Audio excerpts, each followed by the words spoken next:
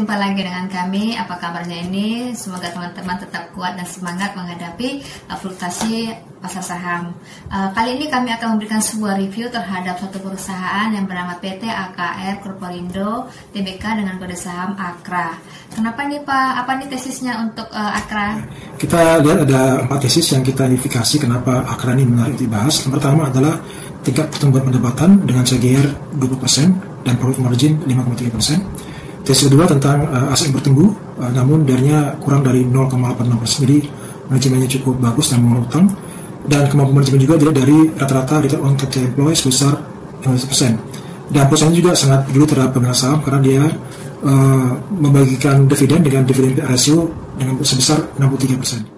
Nah, sebelum kita lanjut kepada pembahasan tentang perusahaan ini, tapi kami ingin share kenapa sih kami membuat video ini. Karena kami punya concern, yaitu bagaimana membantu teman-teman untuk mempersiapkan keuangan pada masa pensiun, masa yang akan datang. Jadi pensiun itu nggak mesti sudah umur kita 55 tahun, tapi bisa masa yang akan datang.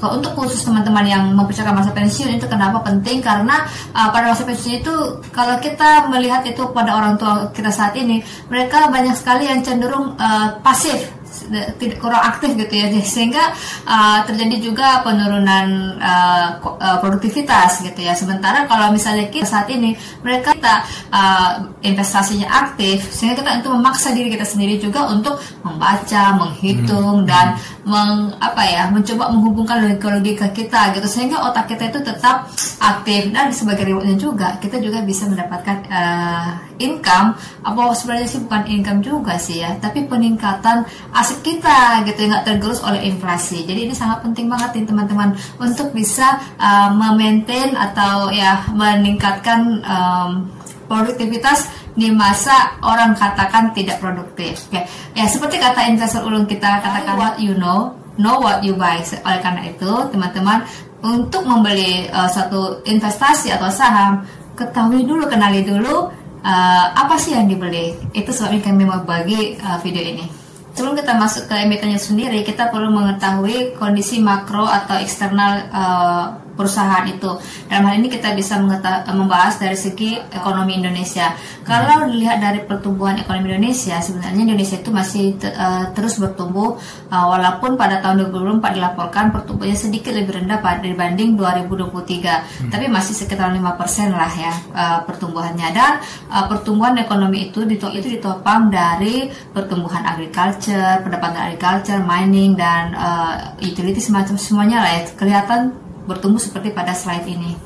Sebenarnya pertumbuhan Indonesia saat ini tuh sebenarnya masih belum sesuai dengan harapan untuk menjadi negara maju. Saat ini kita masih bang, kalau seperti dikatakan pemerintah kita, targetnya bertumbuh untuk menjadi negara maju, kita perlu growth 8% per tahun. Dan salah satu strateginya adalah meningkatkan produktivitas di bidang manufaktur. Artinya jadi supaya kita menjadi negara maju. Nah, selama ini kan kita Indonesia lebih banyak mengekspor bahannya seperti masih mentah, seperti itu, batu bara mentah, nikel pun sudah mulai lah ya ada hilirisasi. Nah, salah satu fokus untuk menjadi negara maju itu adalah hilirisasi. Cuman kendalanya adalah selama ini untuk hilirisasi itu perlu salah satunya infrastruktur. Infrastruktur itu mencakup kawasan industri. Kenapa kawasan industri? Karena untuk mengurangi biaya logistik. Indonesia negara yang dengan biaya logistik yang sangat tinggi, karena macam-macam lah selain kebijakan segala macam, juga pungli-pungli selama dalam perjalanan. Jadi kalau misalnya ada kawasan industri, jadi dia itu kan yang mengurangi pungli-pungli, mengurangi jarak yang terlalu jauh antara produk bahan baku menjadi bahan jadi atau setengah jadi gitu. Jadi perlu sekali kawasan industri ini.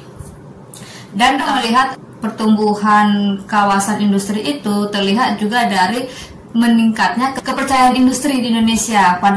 Kalau misalnya seperti kita lihat pada slide ini, pada Maret 23 kepercayaan industri Indonesia itu berada pada posisi 53,05, itu berarti tingkat ekspansi.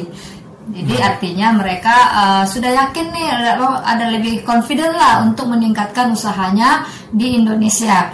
Demikian juga dengan PMI Manufaktur Indonesia ya, itu kita lihat juga 54,2 pada Maret 24. Jadi memang hal itu sejalan dengan tersedianya kondisi infrastruktur atau yaitu kawasan industri. Kalau kita lihat sendiri sebenarnya kawasan industri itu banyak sih ya. Kalau kami coba memetakan ada berapa di mana aja, ada di Sumatera, di mana itu Kalimantan, di Sulawesi, di Pulau Jawa. Memang sih paling banyak itu ada di Jawa Tengah, itu sebesar 19.978 hektar dari 77.000 hektar. Nah, jadi yang kita bahas ini, kenapa kita bahas Akra? Jadi sebenarnya gini, tadi kan dikatakan Mbak Akra itu punya beberapa bisnis. Cuman kami lebih menyoroti kawasan industri ini saat ini ya, karena nanti kita tanya lagi lah, kenapa sih kawasan industri yang disebut-sebut? Oke, itu ya teman-teman. Tadi kita sudah mendengar analisa industrinya, khususnya berkaitan dengan analisa kawasan industri. Nah, kita masuk kepada perusahaan itu sendiri. Akra ini sebenarnya banyak bisnis sebenarnya. Yang pertama, dia mempunyai bisnis perdagangan dan distribusi, mempunyai BBM, ya, bisnis cukup besar. Lalu kedua, perdagangan dan distribusi bahan kimia. Ketiga adalah pabrikan yang berkaitan dengan bahan kimia juga ya, seperti perekat-perekat untuk kayu gitu ya, resin ya. Yang keempat, dia mempunyai jasa logistik. Yang kelima, yang ini menarik, penjualan lahan industri yang juga berkaitan dengan bisnisnya yang terakhir, yaitu bicara soal utilisasi gitu ya, listrik dan air. Nah, dari gambar yang ada ini kita bisa melihat aset-aset yang mereka punya untuk mendukung bisnis yang tadi saya ungkapkan ya di awal ya, bahwa dia mempunyai terminal ya, seperti Jakarta Tank Terminal, ada Stagen di Kalimantan Selatan, ada juga di Surabaya. Dia juga mempunyai tangki BBM kimia. Dia juga mempunyai kapal cukup banyak, 14 unit. Dia juga mempunyai warehouse sekitar 50.000 square meter, dan juga dia mempunyai 159 SPBU yang tersebar di seluruh Indonesia. Jadi aset-asetnya memang sangat mendukung bisnis mereka dan tersebar di seluruh Indonesia. Nah, dari segi kepemilikan sahamnya, kita melihat di sini cukup banyak jenis pemilikan sahamnya tentunya masih didominasi oleh pemilikan saham utamanya, yaitu PT Atta Kencana Raya Tama sekitar 60%. Lalu dipegang oleh manajer investasi oleh sekitar 4,25%. Ada juga dari asing ya 24%. Retail yang umum 4,25% dan asuransi 4,20%, dan sisanya 0,9%. Memang kalau di sini dilihat memang pemilik perusahaan ini masih memegang sebagian besar saham dari Akra, dan sisanya dipegang oleh umum, manajemen investasi dan perusahaan asuransi dan lainnya. Nah, kalau kita lihat pendapatannya, bahwa dari tahun 2019 sampai 2003, data terakhir waktu kami membuat video ini, bahwa memang sebagian besar pendapatannya masih berasal dari perdagangan dan distribusi BBM ya, sekitar 76% rata-rata, dikatakan demikian. Dan yang kedua berasal dari perdagangan dan distribusi kimia, 20% tahun 2019, tapi sudah menurun kepada tahun 2003 15,13% ya. Dan yang menarik sebenarnya adalah dari pendapatan dari penjualan tanah kawasan industri ya, yang kita lihat di 2019 cukup kecil, tapi tahun 2023 kalau kita lihat di gambar ini yang warna putih sudah meningkat ya secara perlahan ya. Dan ini akan menjadi sumber pendapatan utama, salah satu sumber pendapatan utama Akra ke depan. Nah, ini juga yang tadi yang pertama, bahwa memang benar perdagangan dari BBM itu yang utama, tapi kita lihat pergerakan pertumbuhannya itu bisa lihat walaupun utama tapi menurun dari tahun ke tahun, khususnya dari tahun 22 ke 23 menurun. Tapi saat bersamaan sebenarnya dari sisi pendapatan penjualan lahan dan utilisasi kita lihat meningkat secara signifikan. Nah, ini kita lihat dari sisi penjualan kawasan industrinya, kita data yang kita punya terakhir, bahwa dia mempunyai 24 tenan, ada 91 hektar lahan yang terjual ya, dan kontribusi terhadap pendapatan Akra sekitar 22%. Jadi udah mulai sangat signifikan ya perolehan pendapatan dari kawasan industri ini. Kawasan industrinya itu Batang, Kendal atau di mana sih? Bisa dikasih tahu nggak sih Pak? Oh, kawasan industri namanya JIPE ya, JIIPE. Itu ada di Gresik ya. Itu letak kawasan industri di mana perusahaan Akran ini beroperasi. Oke. Ya, kita lanjutkan dengan kenapa Akran ini menarik. Tadi kita jelaskan perusahaannya, sumber pendapatannya, dan aspek menarik dari perusahaan dari kawasan industri. Tapi secara keseluruhan kita bahas kenapa ini menarik. Kita lihat dari tesis pertama ya, seperti yang di awal pembukaan dari video ini kami sampaikan tadi. Tesis pertama bahwa perusahaan ini bertumbuh konsisten dengan penjualan dengan CAGR 20%. Ya, kalau kita lihat dari gambar ini, penjualannya meningkat. Memang ada sedikit penurunan, tapi kalau kita lihat trennya dalam waktu 5 tahun, dia meningkat. Dan makanya kita bisa sebut CAGR-nya sekitar 20%.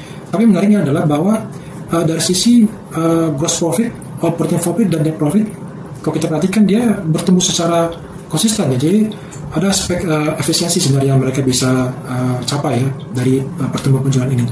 Itu tesis pertama. Tesis kedua, bahwa perusahaan ini dari sisi asetnya meningkat, tapi menarik sebenarnya bahwa dia bisa mengelola utang dengan baik ya. Dan yang menariknya juga adalah karena perusahaan ini selalu mencetak profit tiap tahunnya, maka dia bisa mengalokasikan profit itu kepada kapitalnya, kepada equity-nya. Maka kita lihat di sini bahwa Akra dari tahun ke tahun equity-nya selalu meningkat ya. Dan perlu catat, peningkatan equity ini tanpa dibarengi dengan penambahan jumlah saham beredar. Memang mereka punya stock pick beberapa saat lalu, tapi sebenarnya di total saham beredar tidak ada penambahan karena mereka meminta kapital tambahan ke pemilik modal.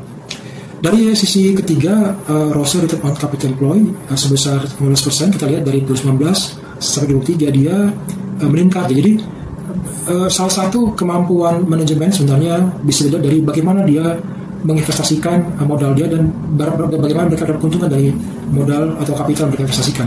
Dan kita lihat Akra ini dari tahun ke tahun selalu meningkat ya, cenderung meningkat bisa katakan ya.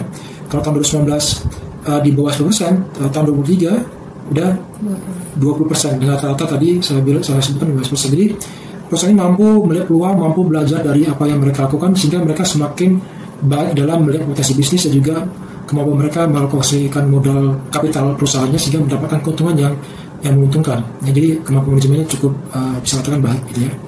Dan itu ROCE-nya kan 2022 dengan 2023 itu terlihat flat, sedangkan long term debt-nya meningkat. Itu kira-kira apa itu pendapat Bapak? Ya, ada kemungkinan sebenarnya utang mereka dapatkan sebelumnya belum terrealisasi ke keuntungan gitu ya. Jadi sebenarnya bisa jadi ya bahwa ROCE kedepannya bisa jauh lebih tinggi ya. Tapi kita lihat ya bagaimana manajemen bisa merealisasikan keuntungan dari utang atau investasi kapital yang mereka jalankan. Bahwa salah satu kemampuan manajer apakah mereka peduli terhadap pemegang sahamnya adalah melalui dividen gitu ya. Perusahaan ini tetap memperhatikan pemegang sahamnya ya. Mereka tetap memberikan dividen kepada pemegang sahamnya. Kita lihat dari rata-rata dividen payout ratio-nya sekitar 63% gitu. Jadi menurut saya sih perusahaannya cukup bagus dan tidak hanya mereka baik dalam perusahaan tapi juga mereka memperhatikan pemegang sahamnya gitu ya. Nah, kita sudah tahu gambarannya, kita sudah dapat eksternal, internal itu sendiri, punya tesis.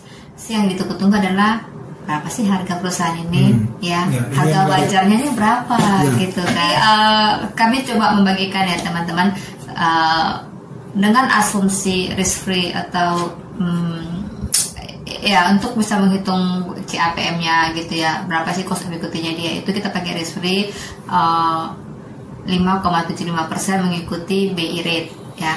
Dan betanya dia itu pakai 0,22. Jadi beta ini macam-macam beda-beda. Nanti kalau teman-teman pengen lebih dalam untuk mengenal apa sih beta, apa sih risk free, apa sih positivity, DM aja ya. Kayak atau komen di bawah ya. Nah, jadi dengan beta 0,22%, cost of equity-nya 6,8%, maka dan kami coba hitung kayak DCF-nya, maka kita menemukan intrinsic value atau harga wajar perusahaan ini sebenarnya Rp3.907. Sedangkan waktu kami membuat analisa ini harganya Rp1.085. Jadi sebenarnya harga sekarang itu masih under value loh. Ya, kesimpulannya ya harganya masih under value. Jadi kalau misalnya kita punya rentang waktu 3 tahun, kita bisa dapat return 53% dari hitungan-hitungan ini. Tapi apakah membeli atau tidak itu kan tergantung kita sendiri juga ya. Tergantung preferensi kita sendiri juga. Jadi dan saran kami teman-teman kalau mau investasi lebih baik analisa mendalam lagi. Mungkin teman-teman perlu pendampingan dari profesional analis atau ya carilah orang-orang yang profesional mungkin, atau teman-teman mau berkonsultasi dengan kami juga is okay. Komen di bawah ya. Memang teman-teman nggak mulai dari nol, jadi video ini bisa mengantarkan teman-teman Bapak Ibu semua untuk Akra begini ya. Jadi ada pekerjaan awal yang sudah diberikan dan Bapak Ibu atau teman-teman bisa menganalisa lebih dalam lagi. Gitu. Oke, terakhir sebelum kita tutup video kita hari ini, ada yang ingin berikan satu hal yang para investor perlu ketahui adalah ROCE atau Return on Capital Employed. Apa itu Return on Capital Employed? Return on Capital Employed adalah indikator pengembalian atas modal yang dimiliki suatu perusahaan. Modal yang dimiliki dihitung dengan cara mengurangkan total aset terhadap kewajiban tidak tetap. Pengembalian dihitung dari pendapatan operasional. Jadi ROCE itu adalah laba operasional dibagi total kapital yang dimiliki. Dan ingat bahwa ROCE ini adalah salah satu indikasi apakah manajemennya baik dalam mengembangkan bisnis atau tidak. Jadi Bapak Ibu teman-teman perlu mengetahui indikator ROCE ini dalam menganalisa satu saham. Teman-teman, tak terasa kita sudah sampai di penghujung acara ini. Terima kasih sudah menonton video kami. Jangan lupa like and subscribe, juga share video ini pada bestie kamu atau pasangan kalian, dan ajak mereka untuk belajar investasi di pasar saham. Sampai jumpa di video-video kami berikutnya. Dadah. Oke.